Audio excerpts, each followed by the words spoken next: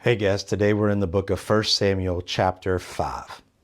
Now, yesterday we learned that the Philistines defeated Israel and they captured the ark. And today the Philistines took the ark to Ashdod, which is one of the five main cities of the Philistine. They take it to Ashdod, which is kind of like the capital, if you would, of all of them. And so they take it to Ashdod and they take it to the temple of Dagon. And they set it in there next to this idol, this humongous idol of Dagon. Now, Dagon is he is a god. He is half man, half fish. He is said to be the father of Baal, of Bel.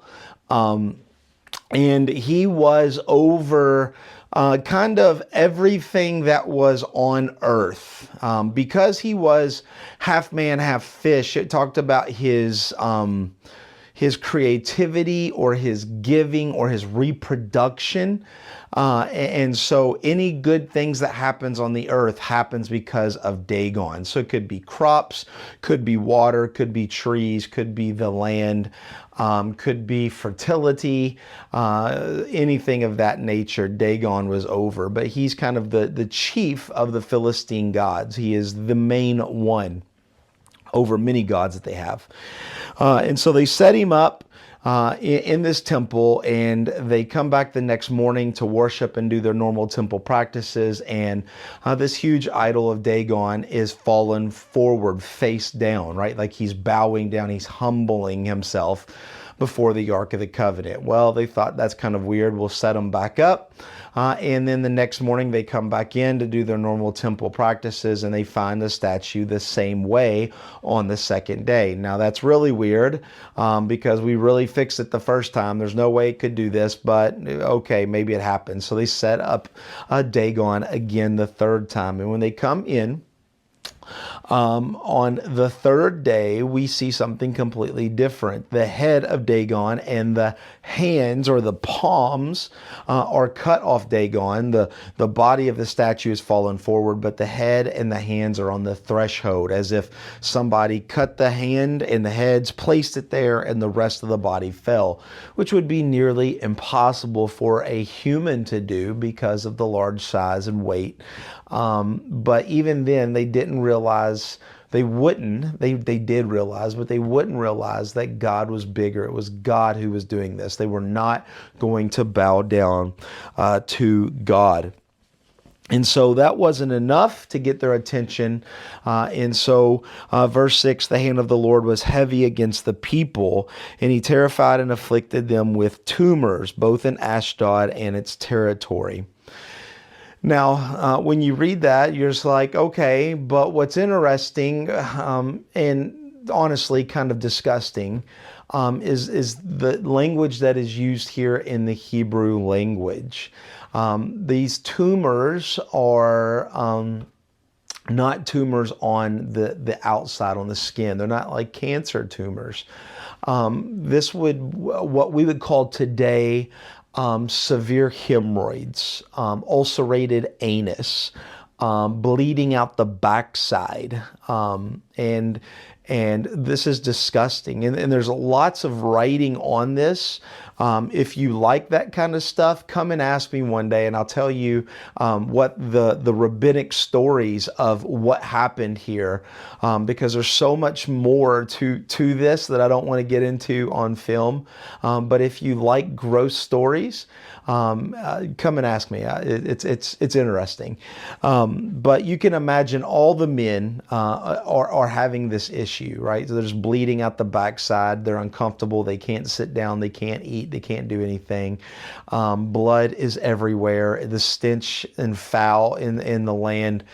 This is a bad place. And so eventually it gets so bad, they say, hey, let's move this Ark of the Covenant to our neighbors. And so they send it to Gath, which is another Philistine city. And the same thing happens in Gath. Not only does a panic break out because they've heard of what's happened in Ashdod, but the same thing happens to every man, both young and old. These same tumors, these same backside issues happen. And so Gath gets together and says, "Hey, we don't want to do this. Let's send it over to our other neighbors." And so they send it to Ekron, which is another Philistine city. They send it to Ekron, and the exact same thing happens. So much so they start is talking about, "Hey, let's just get rid of this."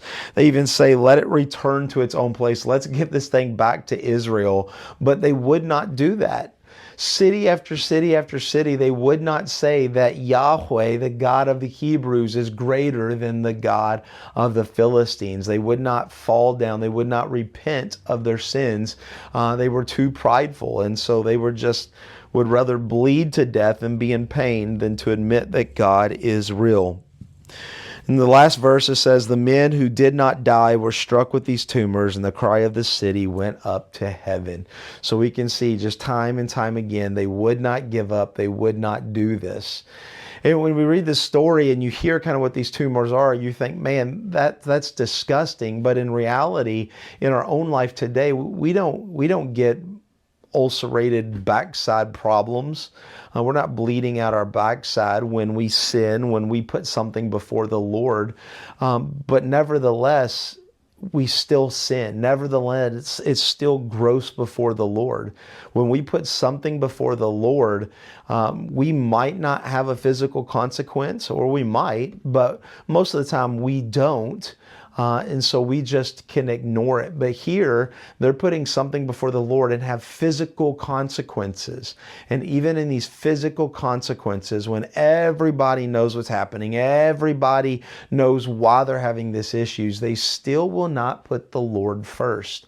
We think of Philistines like they're bad and they're horrible people, but in reality, they're just like me and you. At times, we chase things for a long time. That is not God, that we put things before God. We stack up idols in a temple before the Ark of the Covenant, before the Lord. And day after day, the Lord proves to be faithful and full of grace and mercy, but yet we choose to repent before the Lord. And so don't put yourself on a pedestal before the Philistines. We have the same issues. And so just a reminder that sin is gross, whether it can be physically seen or not, but it is gross in the eyes of the Lord, and it is what separates us from the Lord. Thankful He sent His Son Jesus to take away that gruesome separation. Hope that makes a little bit more sense. Once again, if you want to know more of the details, catch me on a Wednesday or Sunday, or come by the office and I'll tell you some of the rabbinic stories that goes on here that is talked about during this time. Hope that makes a little bit more sense. We'll see you tomorrow in chapter 6. God bless.